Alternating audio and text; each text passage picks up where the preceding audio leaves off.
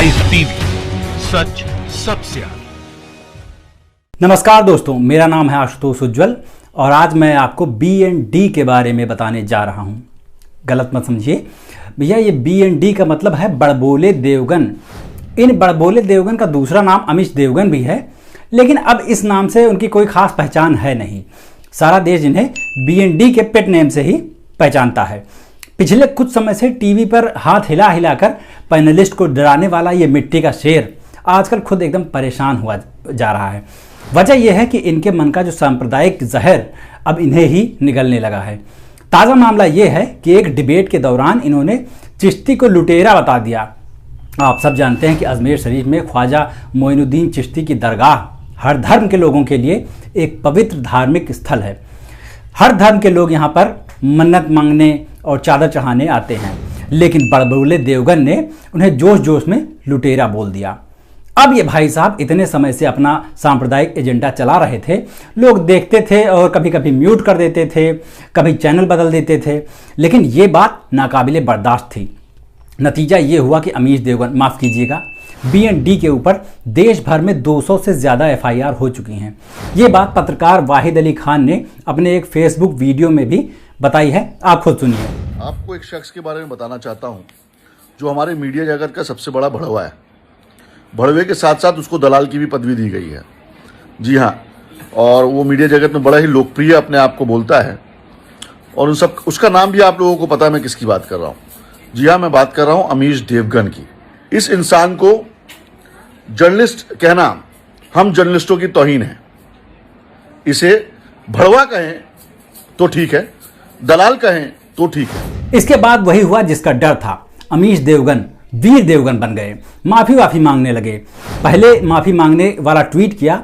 उस ट्वीट पर जब मैंने लास्ट टाइम देखा तो कोई 2500 रिट्वीट और 13,000 से ज़्यादा रिप्लाई थे। मतलब समझ रहे हैं आप, इसका इतना प्यार करते हैं लोग अमीश देवगन से कि रिट्वीट से 5 गुना ज़्यादा रिप्लाई थे, जिनमें से आधे ने केवल BND लिखने के लिए अपने कीबोर्ड को तकलीफ दी थी।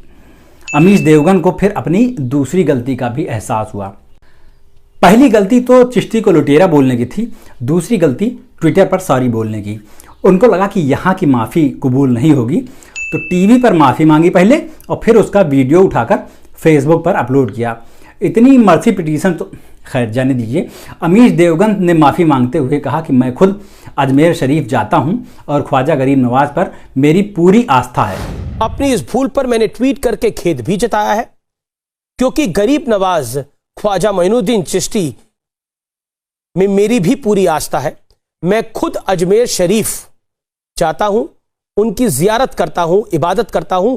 फिर भी अगर मेरे बयान से किसी को कोई ठेस पहुंची है तो मैं इसके लिए खेद व्यक्त करता हूं। मतलब माफ़ी मांगने में भी झूठ बोल गए। अगर एक बार भी किसी दरगाह पर जाते या किसी भी मंदिर में सच्चे मन से चले जाते तो डिबेट में कभी भी हिंदू मुस्लिम नहीं करते। लेकिन भाई का रिकॉर्ड है कि ये हिंदू मुस्लिम करके ही चमका है, नहीं तो जिसको ट्विटर पर सही हिंदी लिखनी नहीं आती वो क्या इतने बड़े चैनल पर एंकर बन सकता था? क्या बात कर रहे हैं भैया, इतनी योग्यता देखकर तो ट्विटर हैंडल भी इनका वेरीफाई नहीं होता। अमीश देवगन के डिबेट में ना तो दंगा भड़काने की पहली कोशिश है और ना ही FIR की।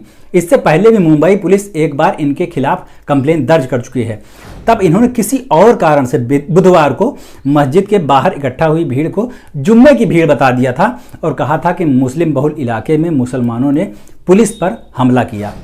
जब पुलिस ने केस दर्ज कर लिया तो फिर से माफ़ी मांगने लगे, लेकिन दंगा फैलाने के कीटाणु अभी तक मरे नहीं थे। तो नेशनल टेलीविज़न पर ख्वाजा मोइनुद्दीन चिश्ती को गलती से ही सही लुटेरा बोल दिया। अब आप सारा दिन झूठ सच बकेंगे तो जबान कब तक साथ देगी? कहीं ना कहीं तो फिसलेगी, और जब जबान फिसलेगी तो आपका एजेंडा जो है वो सारा बाहर आ जाएगा और ऐसे ही हाथ जोड़कर माफ़ी मांगते नजर आएंगे। अमीश देवगन की डिबेट देखकर साफ पता चलता है कि इन्हें देश से कोई मतलब नहीं है, सरकार ही इनके लिए देश है। अगर ये देश को बचाने की बात कर रहे हो तो उसमें सरकार बचाना साइलेंट समझा जाए। इनकी डिबेट में हमेशा पाकिस्तान को, चीन को, विपक्ष को, मुस्लिमों को निशाना बनाया जाता है, लेकिन सरकार से कभी एक भी सवाल नहीं किया जाता। डिबेट के ऐसे ऐसे मुद्दे कि आदमी का मन करे कि इसको बंद करके चलो कार्टून देख लेते हैं। जैसे कल की डिबेट का मुद्दा था, चीन सावधान, मुंह तोड़ देगा हिंदुस्तान। इसमें डिबेट करने की क्या ज़रूरत थी? ये तो सबको पता है कि चीन के फौजी डरपोक होते हैं, अपने माता पिता के सिंगल चाइल्ड होते हैं, उन्हें लड़ने की तमीज़ नहीं होती, और जाहिर सी बात है इसी वजह से भारत उसका मुंह तोड़ देगा। फिर इसमें डिबेट किस बात की थी? क्या किसी ने उस डिबेट में ये भी कहा था कि ऐसा नहीं होगा, भारत मुंह नहीं तोड़ेगा, सिर्फ दांत तोड़ के छोड़ देगा? या उस डिबेट में किसी चाइनीज़ को भी गालियां खाने के लिए रखा गया था, जैसे पाकिस्तान से डिबेट में किसी को बुला के रखा जाता है? ऐसा कुछ नहीं था। वो डिबेट सिर्फ और सिर्फ सरकार की नाकामियों को छिपाने के लिए थी। ये BND सिर्फ इस बात के लिए सरकार के आगे ढाल बनकर खड़े हो जाते हैं कि कोई उनकी जिम्मेदारी पर सवाल ना पूछ ले। लेकिन जब इनकी ज़बान फिसलती है तो इन्हें माफ़ी मांगनी ही पड़ती है, और मांगनी ही पड़ेगी, क्योंकि स्टूडियो के अंदर से जहर उगलने वाला कानून और देश से ऊपर नहीं है। लाइव टीवी, सच सबसे आगे।